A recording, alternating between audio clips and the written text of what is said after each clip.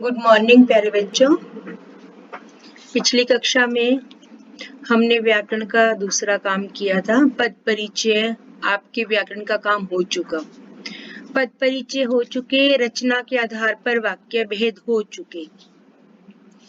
आपके व्याकरण के पाठ्यक्रम में ये तीसरा पाठ है, वाच्य परिवर्तन। वाच्य परिवर्तन में हम आज वाच्य की परिभाषा, भेद, वाच्य परिवर्तन करेंगे। तो बच्चों, जब आप ये वाच्य वाला वीडियो सुनेंगे तो अपनी बुक खोलकर पेंसिल लेकर उसमें रेखांकित भी कर सकते हो। आपको नियम पता होना चाहिए। ये आप पहले 6ठी, 7वीं, 8वीं में भी वाच्य परिवर्तन वाला पाठ कर चुके हो। तो देखेंगे वाच्य किसे कहते हैं। सबसे पहले वाच्य के बारे में विस्तार से जानने से पहले हम जानेंगे कि वाच्य शब्द का अर्थ क्या है। जैसे हम शब्द अर्थ करते हैं ना, एक शब्द का एक ही अर्थ होता है, उसी प्रकार वाच्य का शाब्दिक अर्थ है बोलने का विषय। अर्थात जो कुछ हम बोलते हैं उसका भी टॉपिक क्या है कि वो उसमें क्या बताया गया है, उसे वह वाच्य का रूप है। परिभाषा देखिएगा, क्रिया के जिस रूप से यह ज्ञात हो कि उसके द्वारा किए गए विधान का विषय कर्ता है, कर्म है या भाव, उसे वाच्य कहते हैं। अर्थात बच्चों, कि क्रिया के जिस रूप से हमें यह पता चलता है कि वाक्य का प्रधान विषय कर्ता है। कर्ता मतलब काम करने वाला। कर्ता ने जो काम किया वह उसका कर्म है, अर्थात कर्ता जो जिस भाव से करता है वह उसका भाव है। इन तीन मुख्य बिंदुओं पर विचार किया जाता है। कौन कौन से बिंदु हैं? कर्ता, कर्म या भाव। दूसरे शब्दों में हम परिभाषा कह सकते हैं कि क्रिया के जिस रूप से यह पता चले कि उसके प्रयोग का आधार कर्ता है, कर्म है या भाव है, उसे वाच्य कहते हैं। अर्थात 3 बातें मुख्य होती हैं, कर्ता, कर्म और भाव। अगला देखेंगे वाच्य के प्रकार। अब जैसे परिभाषा से हमें पता चला कि वाच्य के 3 आधार हैं, कर्ता, कर्म या भाव। तो जब 3 आधार हैं तो वाच्य के प्रकार और भेद भी कितने हैं? 3। नाम से जैसे कर्ता, कर्तृ, कर्म, कर्म वाच्य, भाव, भाववाच्य। याद हो गए होंगे नाम। नंबर 1 कर्तृवाच्य, नंबर 2 कर्मवाच्य और नंबर 3 भाववाच्य। अब हम तीनों के बारे में विस्तार से जानेंगे। कितने भेद बताए थे मैंने बेटा? 3। कौन कौन से? कर्तृवाच्य, कर्मवाच्य, भाववाच्य। अब देखो बेटा, कर्तृवाच्य में क्रिया का मुख्य संबंध कर्ता के साथ होता है और कर्मवाच्य में क्रिया का मुख्य संबंध कर्म के साथ होता है। और तीसरा, भाववाच्य में क्रिया का मुख्य संबंध भाव के साथ, अर्थात क्रिया खुद ही मुख्य हो जाए। ये 3 बातें, कर्ता, कर्म, भाव। अब इसी का अगला भाग, कर्तृवाच्य किसे कहते हैं, अर्थात इसकी परिभाषा क्या है, अर्थात इससे क्या तात्पर्य या अभिप्राय है। कई बार बच्चे शब्द बदलने पर कंफ्यूज हो जाते हैं कि ये क्या लिखा है। परिभाषा लिखो, तात्पर्य लिखो, अभिप्राय लिखो, कर्तृवाच्य किसे कहते हैं, ये सब बातें एक ही होती हैं।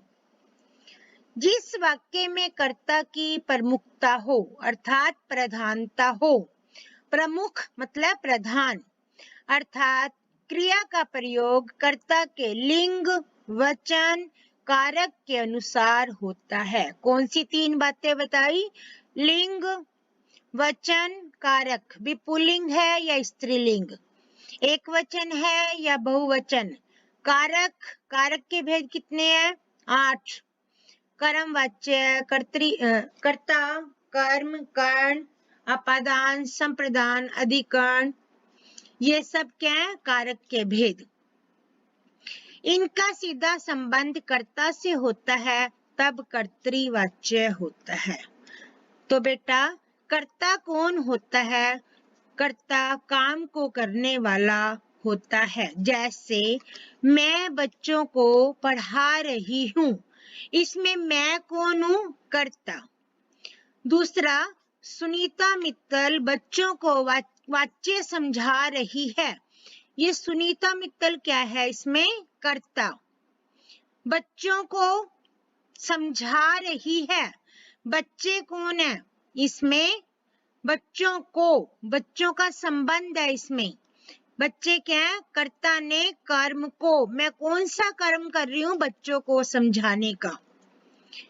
मोहन, अभी मैंने उदाहरण से भी विस्तार से समझाया है।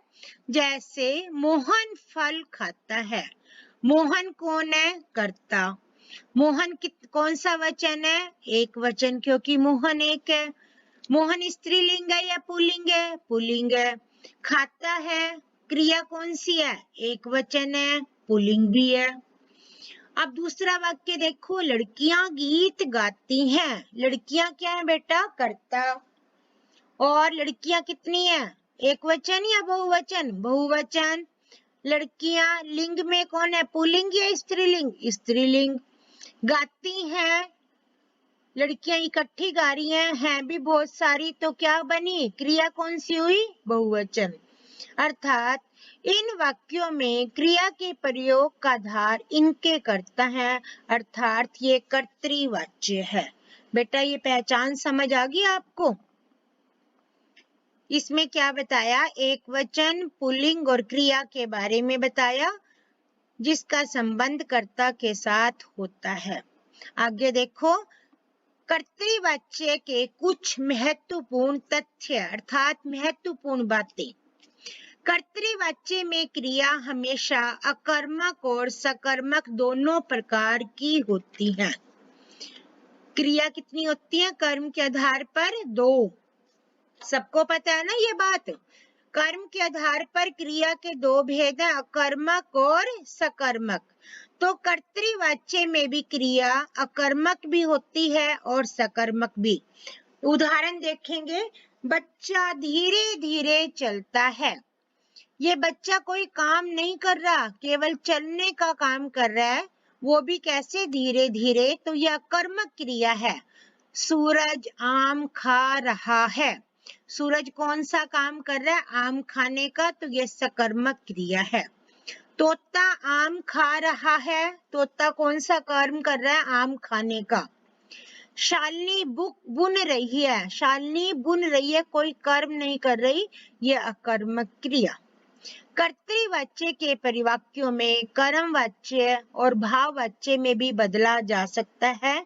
कर्ता की असमर्थता दर्शाने के लिए क्रिया एवं नहीं के साथ सब के विभिन्न रूपों का प्रयोग किया जाता है।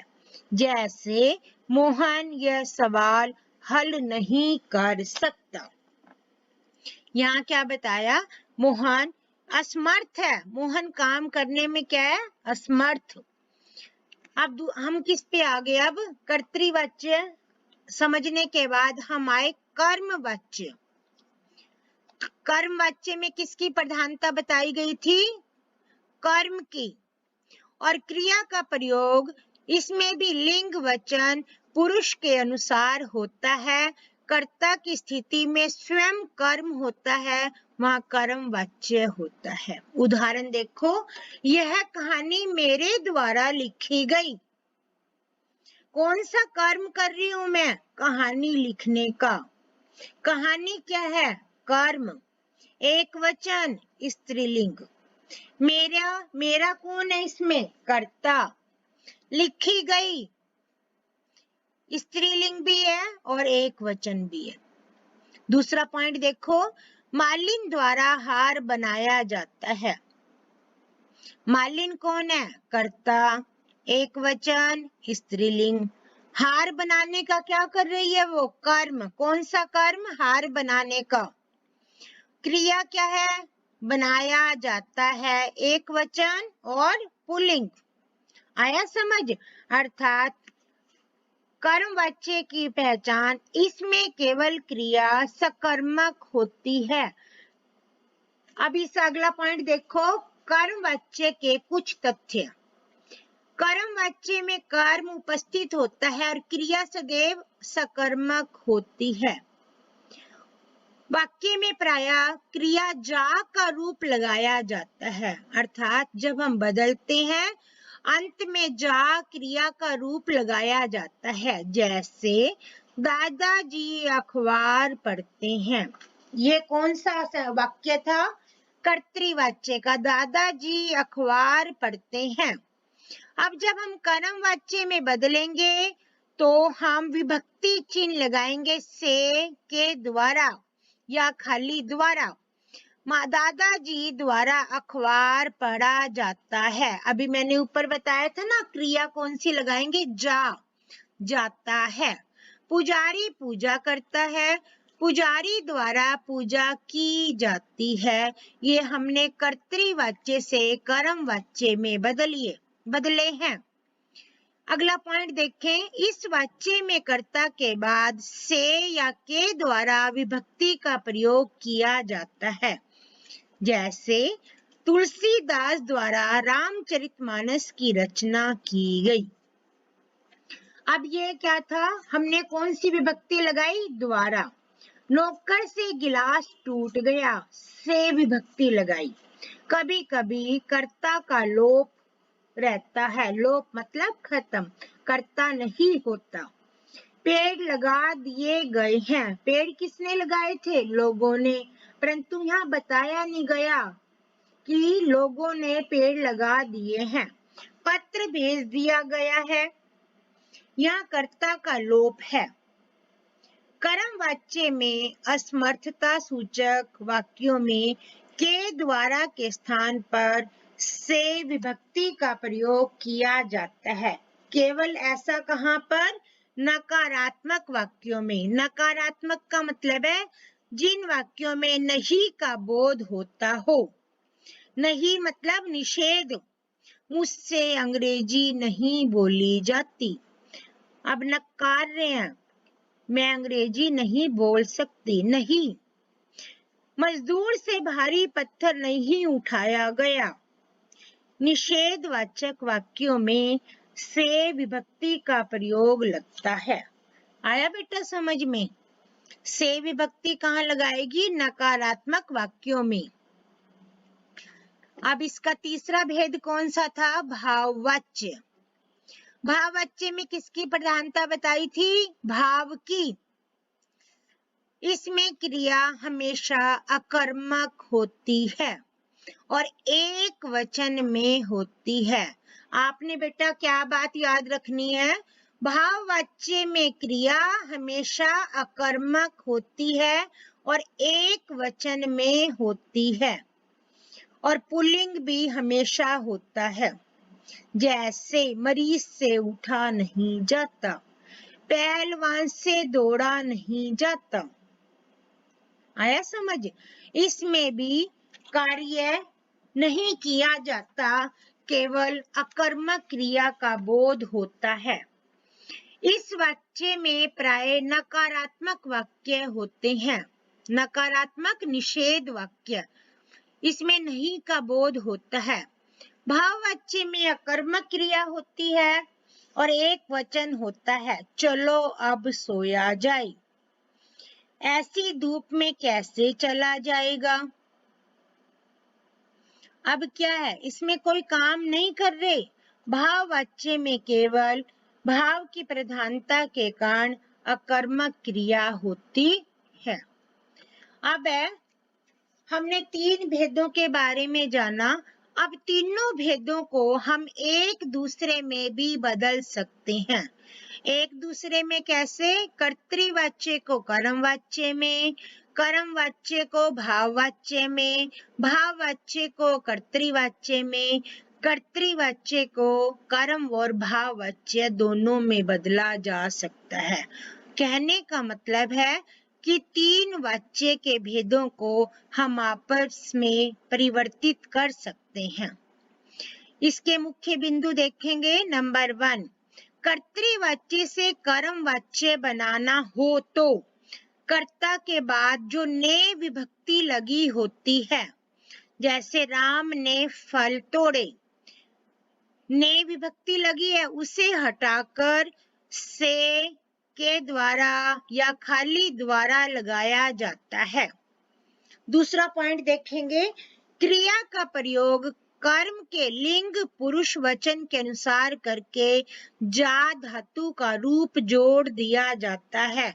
ये मैंने तुम्हें कर्म वाच्य में पहले भी बताया कि हम जा धातु लगा देते हैं। जा धातु का रूप, जैसे पहले वाक्य में देखो, हालदार साहब ने पान खाया, हालदार साहब द्वारा पान खाया गया। जा का रूप है गया। मरीज पानी नहीं पी सकता, मरीज से पानी नहीं पिया जाता। हमने कर्तृवाच्य को कर्मवाच्य में बदल दिया। अब दूसरा देखेंगे, कर्तृवाच्य को भाववाच्य में बदलना। भाववाच्य में वाक्य हमेशा क्या होते हैं? निषेध में।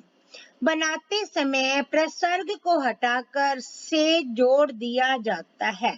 जैसे यह तैराक तेज तैरता है, इस तैराक द्वारा तेज तैरा जाता है। भाव बता रहे हैं उसके। घायल व्यक्ति उठ नहीं सका, घायल व्यक्ति से उठा नहीं जाता।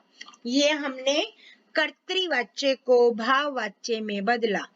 अगला, कर्मवाच्य से कर्तृवाच्य में बदलना।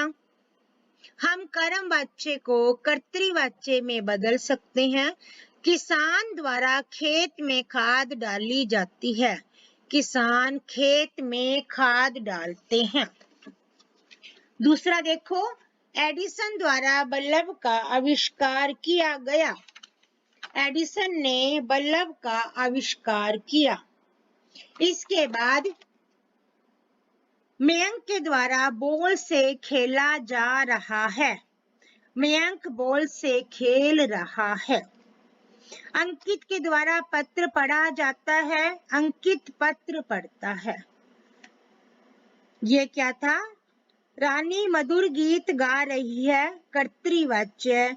रानी के द्वारा मधुर गीत गाया जा रहा है, कर्मवाच्य। बाद में देखेंगे, भाववाच्य से भी हम कर्तृवाच्य में बदल सकते हैं। भाववाच्य में किसका बोध बताया था? भाव का। और हमेशा कर्म क्रिया नकारात्मक वाक्य होता है। मुझसे इस पेड़ पर नहीं चढ़ा जाएगा, अर्थात वो काम नहीं कर पाएगा। मैं इस कर्तृवाच्य में क्या था? मैं इस पेड़ पर नहीं चढ़ सकता। क्या बताया? मैं इस पेड़ पर नहीं चढ़ सकता। तुमसे बर्फ से शीतल पानी में नहीं नहाया जाएगा, तुम बर्फ से शीतल पानी में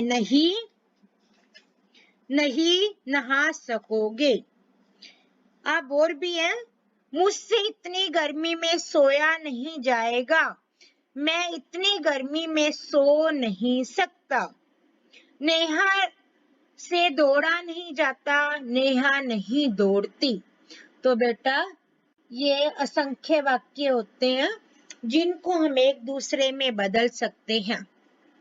तो प्यारे बच्चों, आप अपनी पाठ्य पुस्तक जो आपको ग्रामर की लगी हुई है उसमें से अभ्यास कार्य करेंगे। जब अभ्यास कार्य आप बुक में करोगे तो पेंसिल से किया करो, ताकि जब आपको करवाया जाए तो आप मिला सकते हो। यदि पेन से करोगे तो इरेज करना मुश्किल होता है। तो हमेशा व्याकरण की बुक में पेंसिल से काम किया करो।